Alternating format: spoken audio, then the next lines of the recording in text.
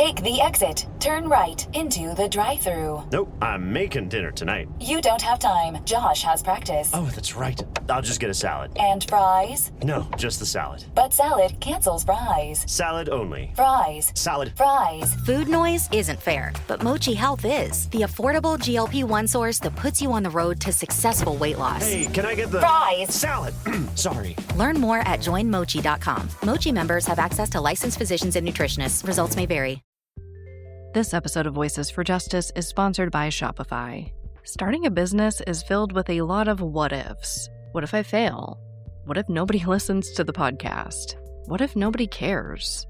It can definitely be hard to get over that doubt and uncertainty, but making that leap was one of the best things I've ever done, and it's great to know that I'm not alone with a business partner like Shopify.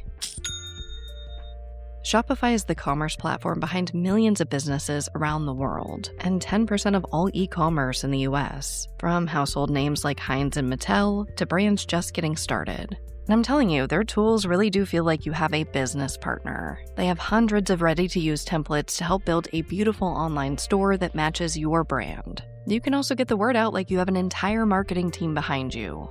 Easily create email and social media campaigns wherever your customers are scrolling or strolling. And if you get stuck, Shopify is always there to help with their award-winning 24/7 customer service. It's time to turn those what-ifs into with Shopify today. Sign up for your $1 per month trial today at shopify.com/justice. Go to shopify.com/justice. That's shopify.com/justice.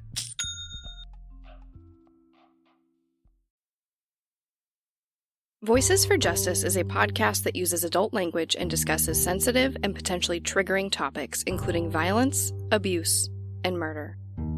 This podcast may not be appropriate for younger audiences. All parties are innocent until proven guilty in a court of law. Some names have been changed or omitted per their request or for safety purposes. Listener discretion is advised. My name is Sarah Turney, and this is Voices for Justice. Today, I'm discussing the case of April Dawn Lacy. In the United States, there are thousands, tens of thousands of school-aged children living in motels. Entire families packed into a single room because that's all they can afford, or because they can't get approved for traditional housing. It's become such a common occurrence that they're often referred to as the invisible homeless. While it's certainly not an ideal situation, many of these parents are still incredibly loving caregivers who ensure that their children are fed, clothed, and keep going to school so they can have some type of normalcy until they can get back into traditional housing. Then, there are parents like April's mother, who place the responsibility of making ends meet on their children, who don't make them go to school, who teach them to lie, cheat, steal, and really do anything to survive. This is the case of April Dawn Lacy. April's life was never easy. Kathy Marion, the mother of April's friend Ashley, told the Fort Worth Star-Telegram, quote, "April was a throwaway kid. With her parents, she never had a chance. But if you knew her, you had to love her." End quote. Even Wise County Sheriff's Captain David Walker said, quote, "This young girl had very grim chances of succeeding in life." End quote. April Dawn Lacy was born on July 2, 1982 in Oklahoma City to Dale Lacy and Jacqueline Lacy, who both suffered from substance use disorder. Specifically, her father often drank and used cocaine.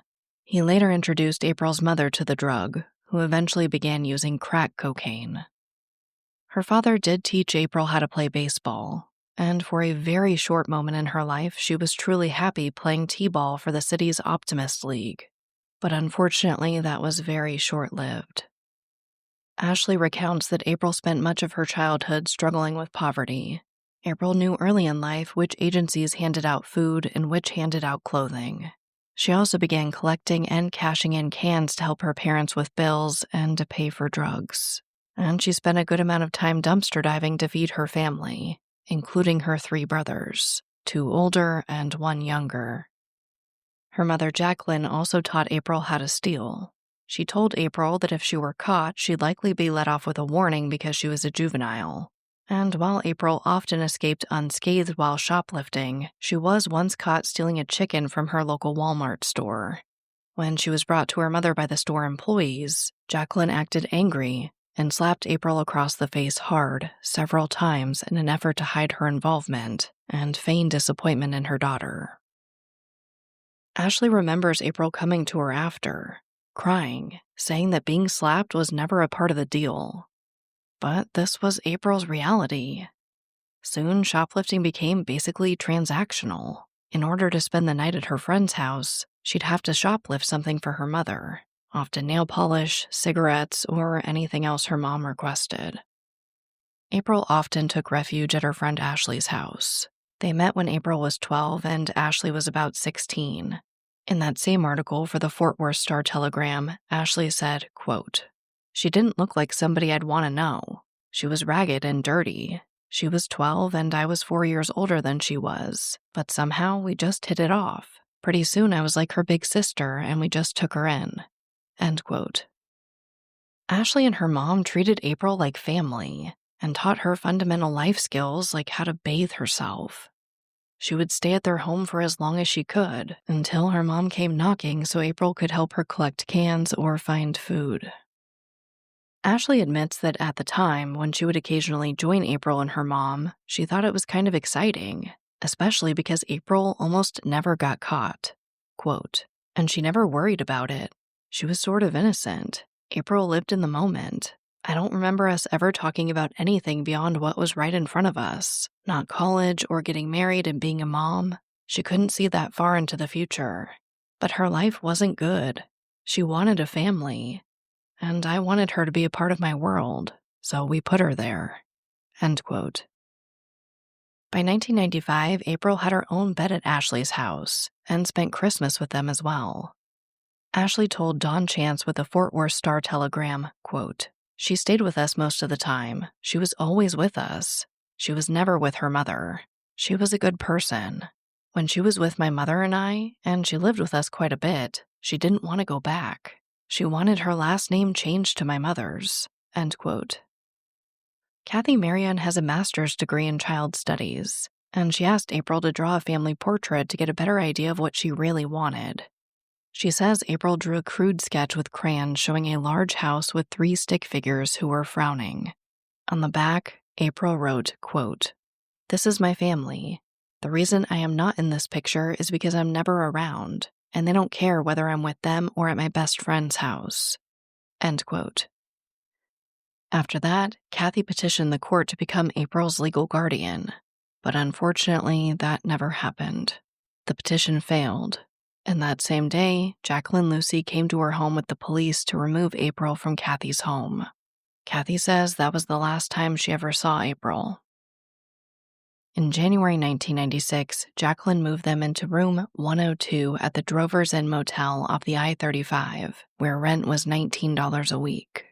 By this time, it was just April and her mother. April's father was out of the house, and her younger brother had been taken from their parents' care after social workers found them in an unclean home with an empty refrigerator. April knew she was likely next, and stopped attending school after one of the counselors threatened to place her in a group home. It was just 13-year-old April and her mom, who was now engaging in sex work out of the motel room that they shared. A few months after April's 14th birthday, in September 1996, her mother reported her missing, stating she may have run away. There was no search for April. There were no news reports about a missing child from Drovers Inn off the I-35, but a few days later, April did return on her own.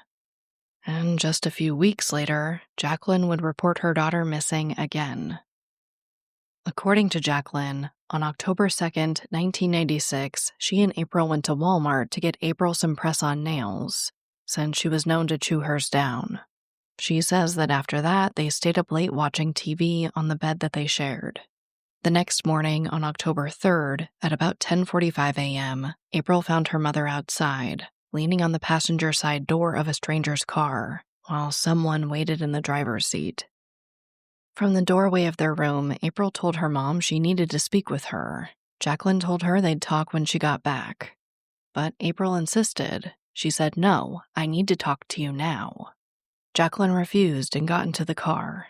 Then April said, quote, "If you leave, you'll never see me again."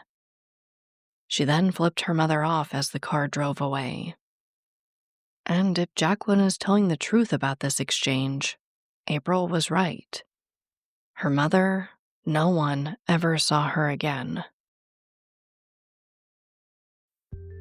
This episode of Voices for Justice is brought to you by Quince. I've been trying to be more intentional about what I wear each day. I'm leaning into pieces that feel effortless, comfortable, and still put together, and Quince has been my go-to. The fabrics feel elevated, the fits are flattering, and everything just works without overthinking it. They use premium materials like 100% European linen, organic cotton, and ultra-soft denim. And the best part? Everything is priced 50 to 80% less than similar brands. They work directly with ethical factories and cut out the middlemen, so you're paying for quality and craftsmanship, not brand markup. I recently just ordered their tiered linen dress, of course in black. I wanted to pair it with one of my favorite pairs of brown wedges. The problem was, I didn't have a brown purse. So I got that from Quince too. It's one of my favorite outfits. It's easy, effortless, and feels amazing, especially as we're getting a little bit warmer here in Phoenix. Refresh your everyday with luxury you'll actually use. Head to quince.com/justice for free shipping on your order and 365-day returns. Now available in Canada too. That's QUINCE.com/justice for free shipping and 365-day returns. Quince.com/justice. This episode of Voices for Justice is sponsored by Chewy. If you have pets, you probably know about Chewy, and you also know that when they say that they have everything you need to keep your pet happy and healthy, they're not messing around. To keep them happy, Chewy has over 100,000 products from all the brands my pets love at prices I love. To keep them healthy, Chewy offers pet prescriptions, pet insurance, telehealth vet visits, and they're even rolling out vet clinics across the country. I've been shopping with them for a very long time. And in addition to the auto-ship feature that gets the dog's food to them every single month, I also love to experiment with different treats. But I'm a bit picky. For me, it has to be high quality with simple ingredients. I recently picked up treats from Shepherd Boy Farms that are 100% just chicken breast. Popcorn and Heber are already obsessed. Chewy has everything you need to keep your pet happy and healthy. And right now, you can save $20 on your first order and get free shipping by going to chewpanions.chewy.com/Sarah E. Turney. That's chewpanions.chewy.com/Sarah E. Turney to save $20 on your first order with free shipping. chewpanions.chewy.com/Sarah E. Turney. Minimum purchase required. New customers only. Terms and conditions apply. See site for complete details. Jacqueline Lacy said that she was only gone for 45 minutes before returning to their room at 11:30 a.m. to find that April was gone. She said April left behind her makeup, new purse, and a pack of Marlboro cigarettes that they'd shared. She reported her missing that same day, October 3rd. Now, I want you to keep in mind these times and dates as you learn more about April's story, because they will become critical in trying to piece together what happened to her. As far as I could find, like the first time April was reported missing, there were no news articles highlighting her disappearance, and none of the articles I sourced for this episode mention any type of search for her. Not about the community coming together to look, search teams, dogs tracking her scent, or helicopters. Her father, Dale, didn't even know that she was missing until about a week later. He admits it was due to his drinking at the time, and once he realized, he called the police to report her missing himself. According to Dale, he and Jacqueline were considered suspects in April's case immediately, and investigators questioned them for 14 hours. However, the Oklahoma City Sheriff's Office has pushed back on this, saying it was just normal protocol for a missing child. They start with the inner circle and work their way out. But while all of this is happening, what they didn't know, what the sheriff's office didn't know, was that April had already been found deceased. She was found on October 8, 1996 by a rancher on his property near Slidell in an unincorporated community in Wise County, Texas. It's about an hour from the Oklahoma border, and about 2.5 hours from April's home in Oklahoma City. just 15 minutes off the I-35.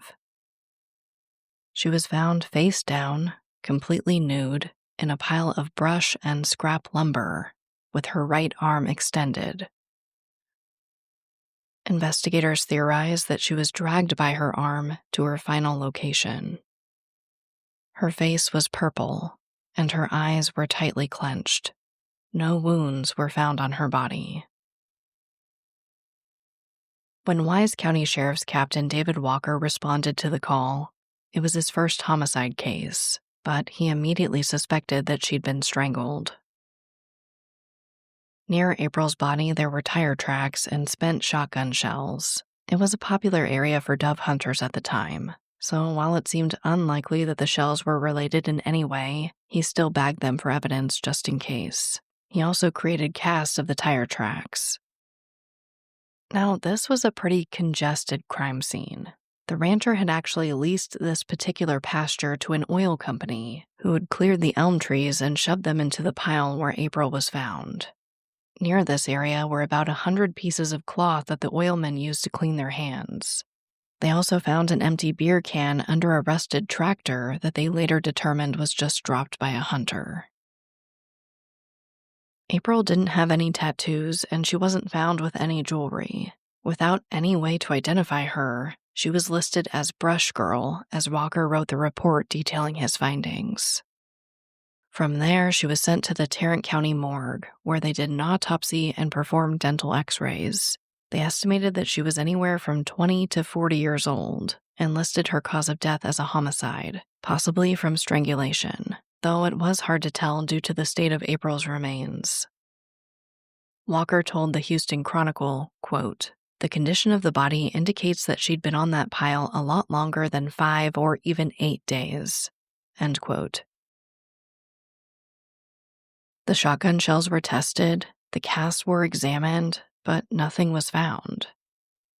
Walker says he believes that the tracks were likely from dove hunters, but he wanted to be overly cautious in case something panned out. He continued checking disappearances of young women in the area, but none were a match to April. He ran down thousands of leads through the NCIC, but just nothing was panning out. According to reporting by Larry Bingham for the Columbian, when Walker put April's details into the database, there were about 1,000 matches. So he opened a file for her in every single state in the country trying to make a match. Now, he'd come across April's case before, but because they estimated that Brush Girl was closer to 20 years old and had likely been killed prior to April being reported missing, he didn't consider the case to be a match. He also went back to the Tarrant County Medical Examiner's office to try to narrow down April's age. Using a variety of methods, including those dental x-rays, they were able to go back in and estimate that she was as young as 14 years old. Right on the money. And this is what ultimately helped identify her, along with a forensic sketch created from April's remains. In April 1999, Lieutenant Tim Lemon with the Oklahoma County Sheriff's Office saw this new age estimate for Brush Girl in the database, and pretty quickly he connected it to April's disappearance. Investigators went to Dale and Jacqueline Lacy with the news. Jacqueline nearly collapsed, and Dale asked for a drink. They said they believed they found their daughter. She had blondish brown hair, was about 5 feet 4 inches tall, and weighed approximately 110 pounds. She chewed her fingernails and had an overbite. They showed them the picture of a forensic sketch created for April, and according to that same article from Larry Bingham, the conversation went like this. Did your daughter bite her nails? Yes. Did she have an overbite? Yes. Could this be her? No. They said the chin was too round, hair too long, and nose too big. It wasn't their daughter. At this point, investigators separated Jacqueline and Dale for questioning. They asked Jacqueline if she could have been wrong about the date April went missing, and they asked Dale if he thought Jacqueline could have used drugs and killed April, which he denied. They were sent home with a copy of the sketch. April's grandmother and aunt were also given copies. And eventually, one of them, unfortunately the reporting doesn't specify who, remembered something. April fell off her bike when she was 12 and had to have x-rays taken and eventually 3 stitches above her eye, so investigators requested the x-rays from April's doctor. It was a perfect match to April. Her overbite, most of her teeth, even her sinus cavities were a perfect match. When investigators went back to the Lacys with the news, they still weren't convinced and asked for DNA testing to confirm. So they did the testing, and they confirmed without a doubt that Brush Girl was April Dawn Lacy. But not long after, both Dale and Jacqueline were arrested on drug charges before they could claim April's remains. So April sat in the morgue for about another 4 years until her parents were released from prison in the spring of 2003. April was finally laid to rest on June 28, 2003, in what's been described as a simple graveside ceremony in the Mount Olivet Cemetery in Pauls Valley, Oklahoma. There were about 20 people in attendance. While original reporting on this states that there was no gravestone for April, when you look up her grave now, it appears that someone has since placed a small marker for her. But after this, April's parents say that they created a path to recovery and attended Narcotics Anonymous meetings regularly after April's funeral. Dale Lacy blamed himself for April's murder. He told the Fort Worth Star-Telegram, quote, "I was not available then. I was not around. I didn't even know she was missing until most of the week had been lost. At that time, I was a severe alcoholic. There could have been a lot of things I could have done different. Not drink was one of them. Maybe she'd still be alive if I wasn't drinking." End quote. In August 2003, he told the Fort Worth Star-Telegram that he was diagnosed with asbestos-induced mesothelioma after a lifetime of working on old houses. He passed away on November 15, 2004, at the age of 51, and was buried at the same cemetery as April. Jacqueline has taken less responsibility for what happened to her daughter. After April was identified, like the sheriff's office stated, they began speaking to those closest to April and worked their way out, and what they found was extremely disturbing. Many people reported that not only had Jacqueline forced April to shoplift to help her family, she also trafficked her to her own clients. Now, just to be clear, Jacqueline admitted to police and the media that she was actively using drugs and engaging in sex work herself, but says April did not. She denies all claims that she allowed April to use drugs or that she trafficked her out of the motel. By March 2004, Jacqueline was back in prison, serving a 5-year sentence for possession of forged identification documents. At that time, she told the Houston Chronicle, quote, "I admit I did it, but I never had her there when I was doing it, and I never had her doing it. That's a lie." End quote. But there's also the matter of timing. Remember, I told you earlier in this episode to take note of all the dates in this case. April was reported missing on October 3rd and found 5 days later on October 8th.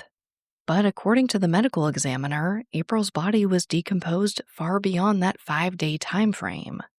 Walker says even beyond 8 days. His full statement to the Houston Chronicle reads, quote, "The time element in the mother's story doesn't match up. The condition of the body indicates that she'd been on that pile a lot longer than 5 or even 8 days. We think the mother knows more than she told us. We also have good information that she was pimping the girl."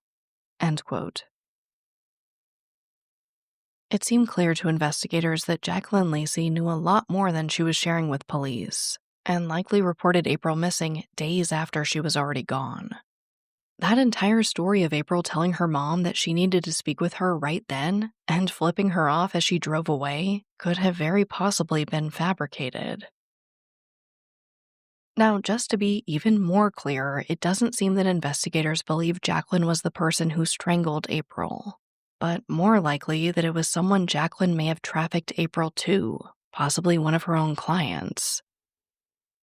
And they really need Jacqueline to speak with them at this point, because they believe April may have just been the first of at least 7 victims found murdered along the same highway corridor.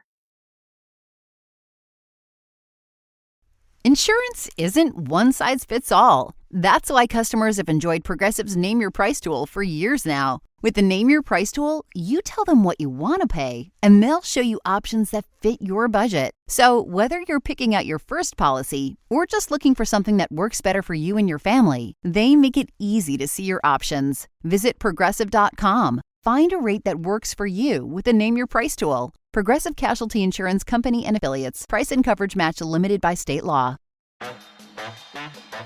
At DSW, we ask the important questions, like, what shoes are you going to wear? Whether you're prepping for wedding season, festival season, or just planning the ultimate vacay, the right shoes can make or break an RSVP. So own the moment. You've got big plans, and we've got just the shoes. At the perfect price, of course. Get ready to get ready with Designer Shoe Warehouse. Head to your DSW store or DSW.com today and let us surprise you.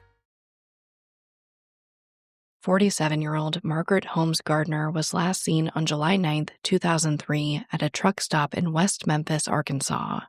She was found on July 11, 2003, along the I-40 entrance ramp near West Memphis. Her cause of death was 8 blows to the head and possible asphyxiation.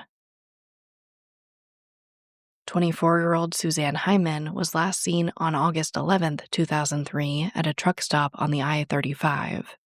She was found on August 20, 2003, along Highway 7 near Oxford, Mississippi. Her cause of death was strangulation.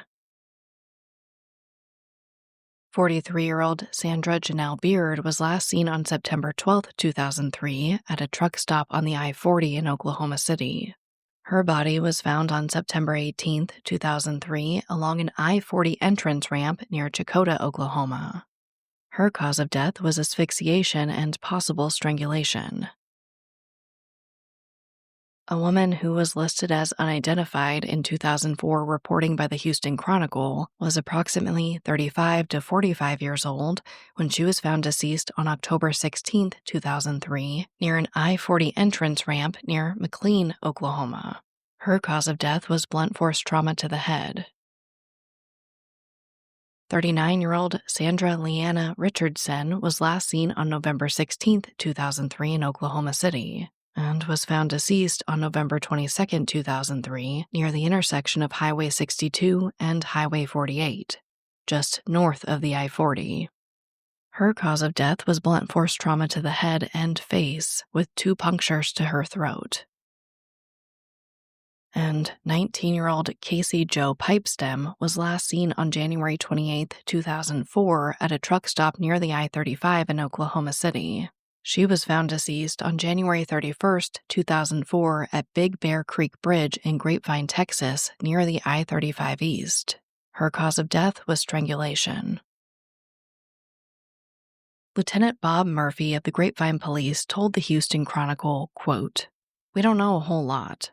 There's no positive proof these killings are related, but they all come from Oklahoma. They were all prostitutes who frequented truck stops. They've all been found completely nude. They're near interstates, and they've been thrown away like trash, just tossed along the road." End quote. As far as I could find, there is very little reporting on basically all of these women. The only case that's been solved thus far is Casey Jo Pipestem's. In that same article, Casey's uncle said, quote, "My niece, these other women, they weren't just drug addicts, just prostitutes. They were somebody's daughters and nieces. They were victims. And the person who did this to Casey is going to do it again to somebody else." End quote. Investigators quickly leaned towards the theory that a trucker was likely to blame for this string of murders, and Casey's story ran on America's Most Wanted that there was possibly some type of big rig killer on the loose. The story generated 84 tips, leading them to a truck driver named John Robert Williams. His relative actually called into the program saying they remembered Williams bragging about killing Casey. But by this time, Williams was already serving a life sentence plus 20 years in Mississippi for kidnapping and murdering 28-year-old Nikki Hill, who was later found near Highway 16 West in Philadelphia. He was arrested on August 17, 2004. His girlfriend/accomplice, Rachel Cumberland, was also sentenced to 20 years in prison for her involvement. According to 2005 reporting by WLBT3 News, investigators believe they may be responsible for upwards of 40 murders along the highway systems of the Midwest up to Pennsylvania. And in 2009, Williams was indicted in Texas for the death of a woman named Vicki Helen Anderson, who was last seen at a truck stop in Oklahoma and found off the I-40 in Texas in 2003. So there was a long, all too familiar track record that investigators had to work with by the time they got this lead about Williams. When they went to visit him in 2012, he quickly identified Casey and told investigators details about her murder that had never been released to the public. According to that reporting, he was charged with her murder, but the article also reads, quote, "An official with the Tarrant County District Attorney's Office says a trial for Williams in Texas will only take place if he is released from prison in Mississippi." End quote. And as far as I could find, that day never came. He was never tried for Casey's murder. And Cumberland was released after serving just 8 years of her 20-year sentence. Casey's sister expressed her frustration in a 2013 interview with 9 News. The family of a teenager allegedly killed by a suspected serial killer wants justice. Their loved one was murdered nearly a decade ago, along with more than a dozen other victims at truck stops along I-40. But tonight, as News 9's Michael Konopasek reports, the suspect is yet to be put on trial. Well, Carl and Amanda, police believe Casey Jo Pipestem was murdered 9 years ago after being abducted in Oklahoma City. Tonight, family members say it's been long enough. They want a conviction. But most of all, they say they need closure. She was beaten, raped, and strangled and thrown off a 37-foot bridge naked. Daphne Harjo says no more than 24 hours after her sister was kidnapped from the Southwest Side truck stop, her body was found 200 miles south in Grapevine, Texas. This is something that, happens on TV. This doesn't happen in real life, but it does. And it happened to us, and not only to us, but to 13 other families. Yeah. For years, police had been baffled by the big rig killer and his girlfriend accomplice, leaving a trail along the I-40 corridor as far east as Tennessee. It was shortly after a story aired on America's Most Wanted when police finally caught up to the suspect, John Robert Williams. Even though it was 9 years ago, it's an everyday process that I have to fight every morning so I can go on with my day. Authorities believe Williams could be responsible for as many as 14 murders in at least 6 different states, creating a prosecution nightmare. We can't go on another year, waiting and hoping. We want something done.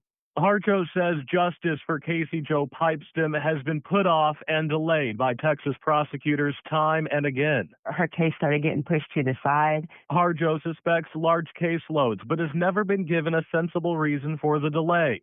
She hopes speaking out now will remind people that this man is still waiting to be judged, and many families are still looking for closure. Like I said, as far as I could find, they never got that day in court. They were never able to look Williams in the face to give a victim impact statement. And while Williams has confessed to killing many women, investigators haven't been able to verify those confessions to bring any further charges.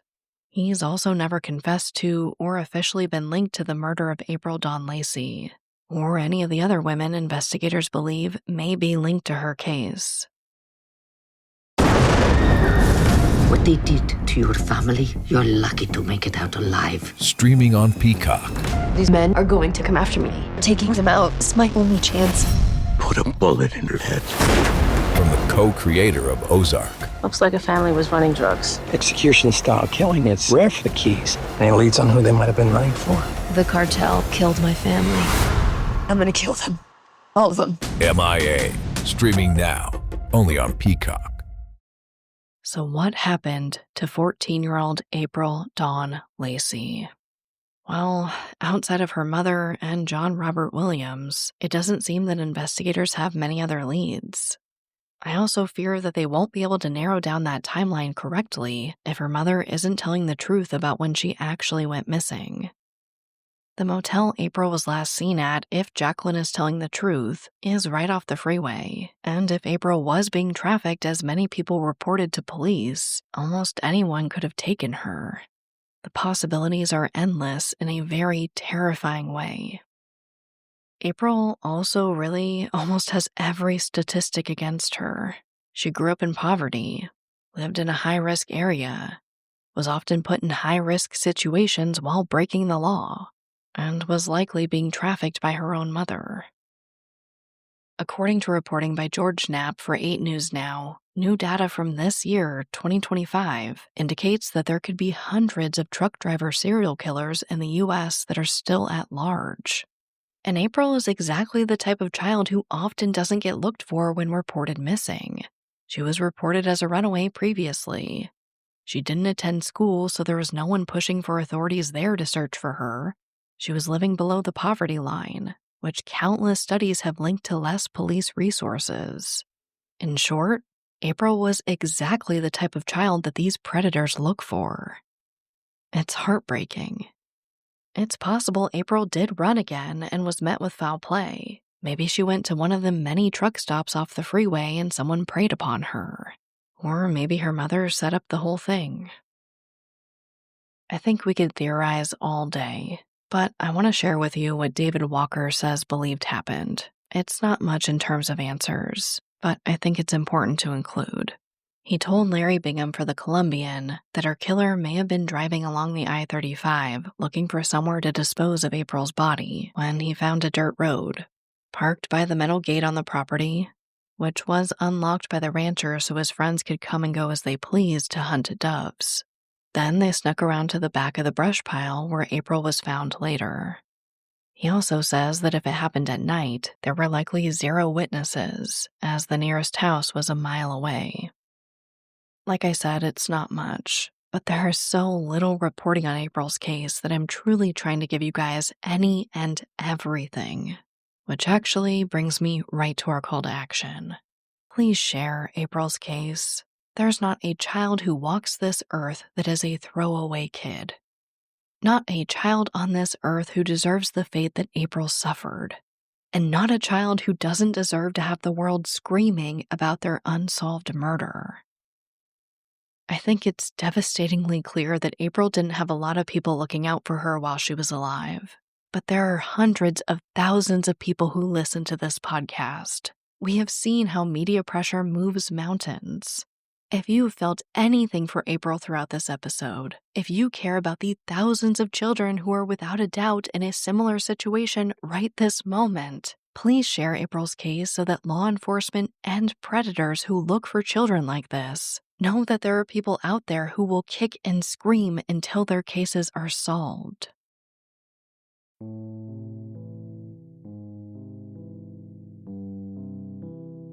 As a reminder, April Dawn Lacy was 14 years old when she was found deceased on October 8, 1996 in Wise County, Texas. She was white, about 5'4", and weighed approximately 110 pounds.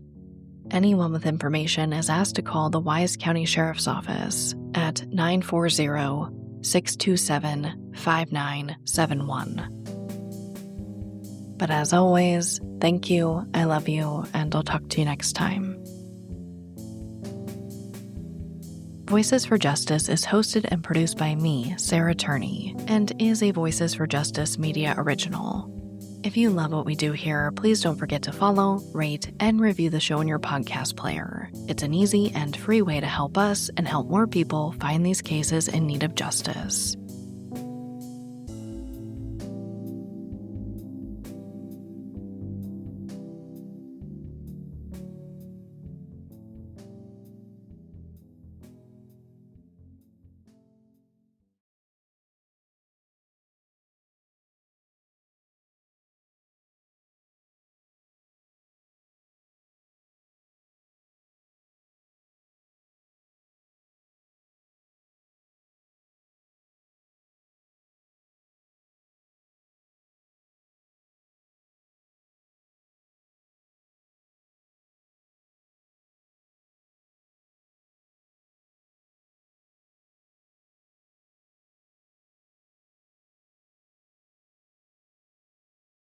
Welcome to the Secret After Show. The studio door is open and our emotional support puppies, Popcorn and Heber, are in the room.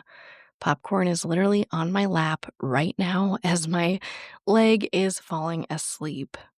I do have a personal announcement. If you guys didn't see it on social media, it's a big one. I have so many reasons to be emotional this after show, this whole episode and this, but I'm going to try not to cry. Undoubtedly, the biggest media opportunity for Alyssa is happening. She is going to be featured in a Netflix documentary. I don't even know how to say it. They're making a documentary about Alyssa, not just featured. It's insane. It's being done by Cinemart, who did the recent Gabby Petito documentary. They come highly recommended from Gabby's family. And yeah, it's big. It's big, and there are limits on what I can say. I am being interviewed for the project, and I keep saying to people that between these last few projects about Alyssa, I'm doing a book, the last, it's so hard to say last, the new season about Alyssa, where I talk about court, and now probably the Netflix documentary and that entire experience. The search for Alyssa in early 2026, I don't know what else I can do for her. I really don't.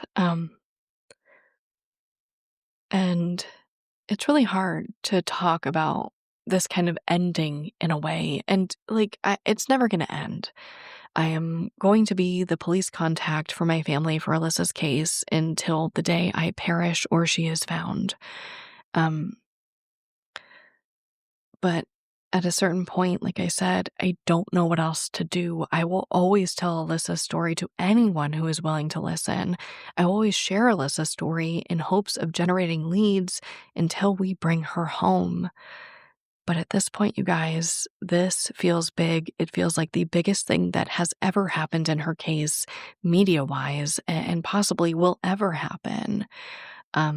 It's a lot, so bear with me. Going through this process, which is happening right now with Netflix, is a lot. It was a lot the first time with the other documentary, but it's all for a good cause.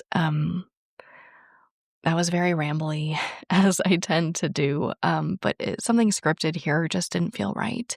So the announcement is there is a Netflix documentary coming out. I do not have a date. That is the number one question I've been getting. I don't have a date, you guys. I'm suspecting later next year, but that is happening. And I just want to thank you guys again, because without you, there would not be that interest. There just wouldn't be. It's a numbers game. They want to pick up cases that are compelling, cases that they know people will tune into. And you guys have proven to be such a amazing, dedicated audience for Alyssa. And I have no doubt that you guys played a huge hand in making this happen. So thank you for that, and thank you for everything. Now let's talk about April's case, which I thought I was pissed off last week, you guys. I just can't. Let's just go through my list. First, children reported as potentially running away and not searching for them. I will always bring this up until the system is fixed. I don't know what the perfect solution is, but what does it take to get the police to look for a child who is reported as a runaway? I've even talked to journalists about this, right? What do you do when stats say that most of these kids come back, but there's still this 1% or whatever that does not come back? How do we serve that population? Because I will keep saying it. If we have the resources to send officers out to arrest people shoplifting from, food from the Dollar Tree, right? If we have resources to send officers out for neighbor disputes and rowdy kids, why can't they circle a few blocks for these missing children who are reported as runaways? I just had to say it.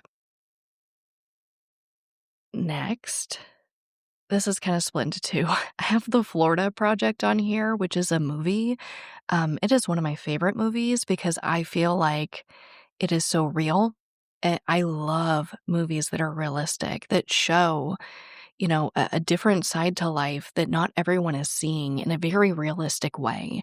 And if you guys don't know, that is a movie that follows basically a mother and her young child who are living in a motel.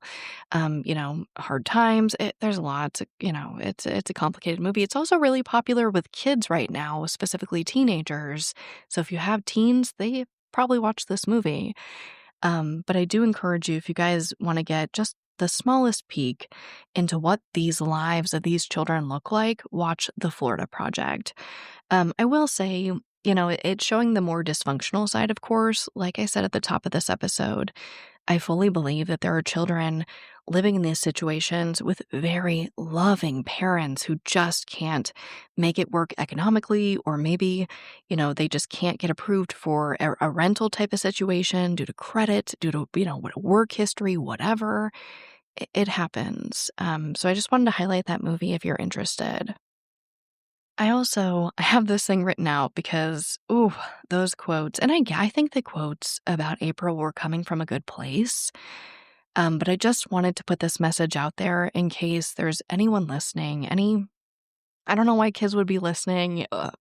Please stay away from true crime. I implore you, you have your whole life to worry about that. But if there are children listening in that situation, there are people, I guess, listening in that situation.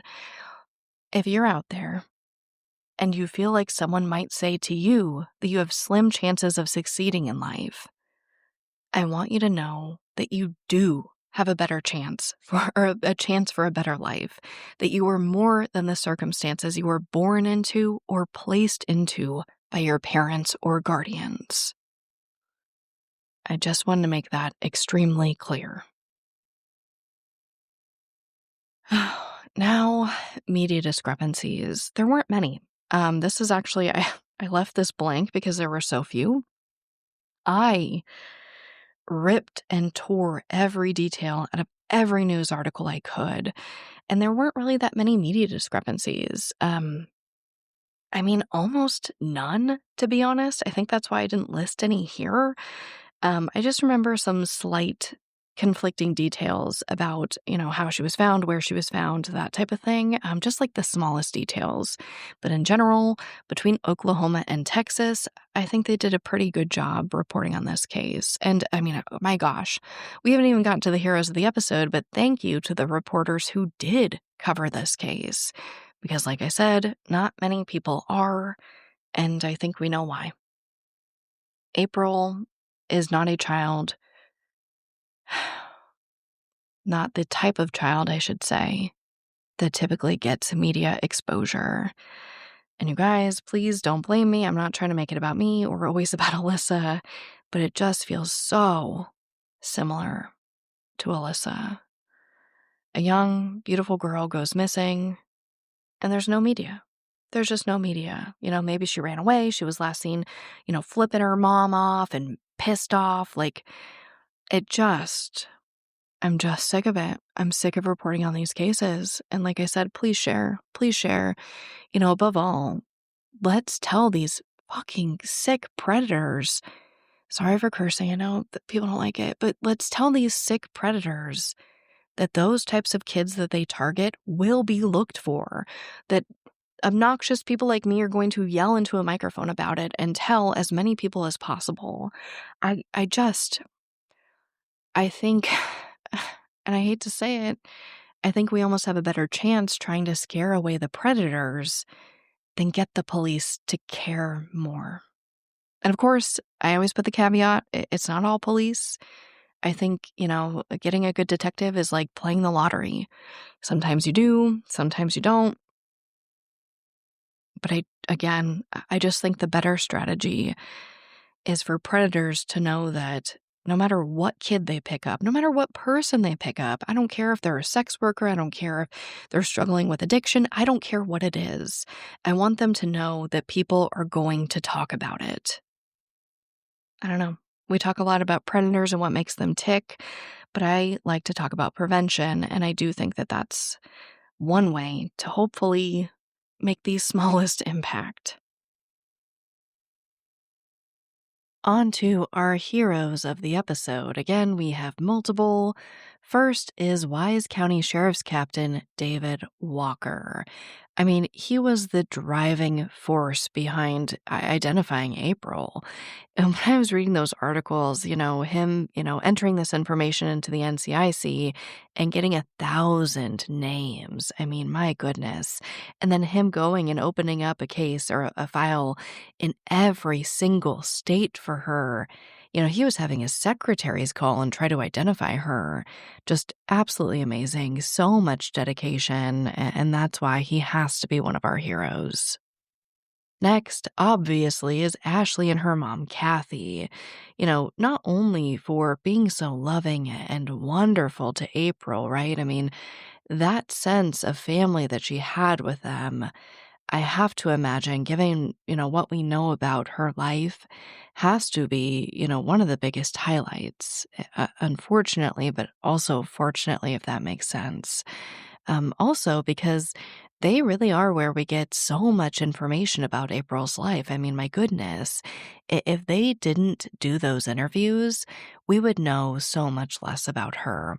Between them and David Walker, I don't know that any of those articles would really exist because they wouldn't have half the information, half the statements that I brought you guys. They really do seem to be, some of the biggest driving forces behind getting that media coverage.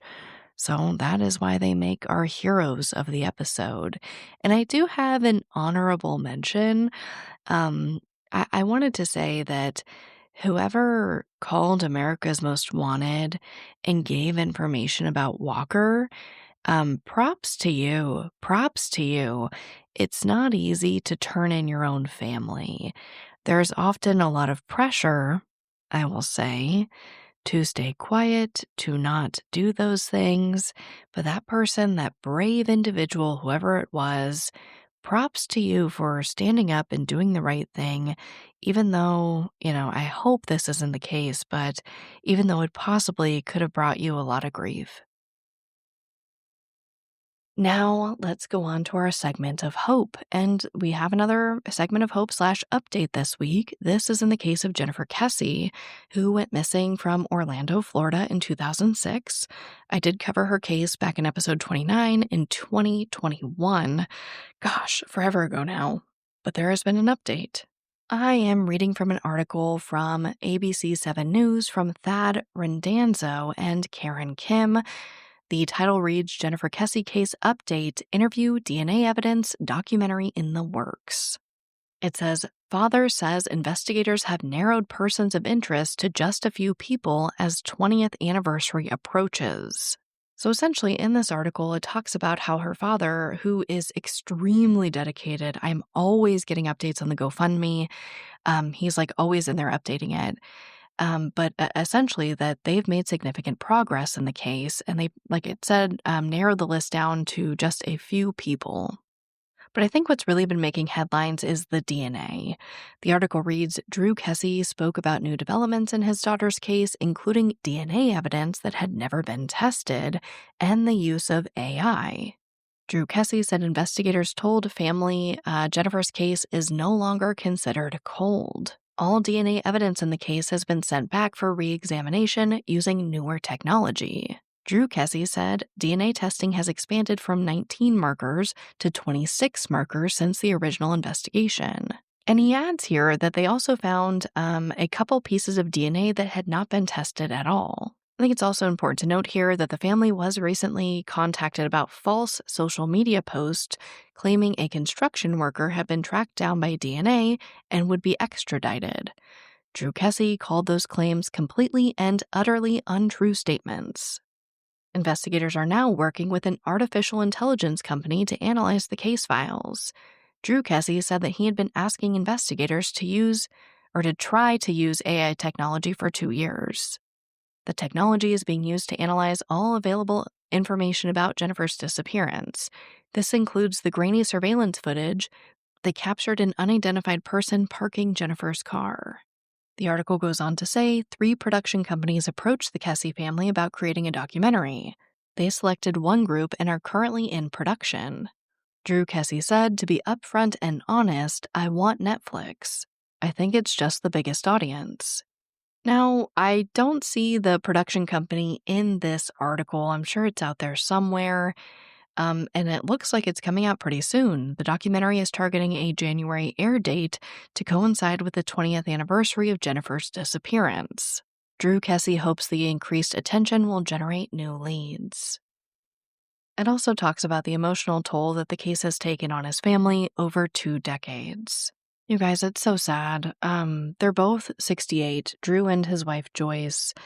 They've had health issues, 2 bouts of cancer. Drew says he hasn't slept a full night in 20 years and typically gets about 4 hours of sleep. The family has dealt with death threats and extortion attempts over the years. Drew says, quote, "It's in my DNA that I'm going to find my daughter, period, before I die," end quote. So this makes our segment of hope for obvious reasons. There appears to be some good movement in Jennifer's case. Obviously, like it said, it's not cold anymore. They're actively working it. This documentary is coming out. And like Drew said in the article, let's just hope it comes down to generating some new leads in the case.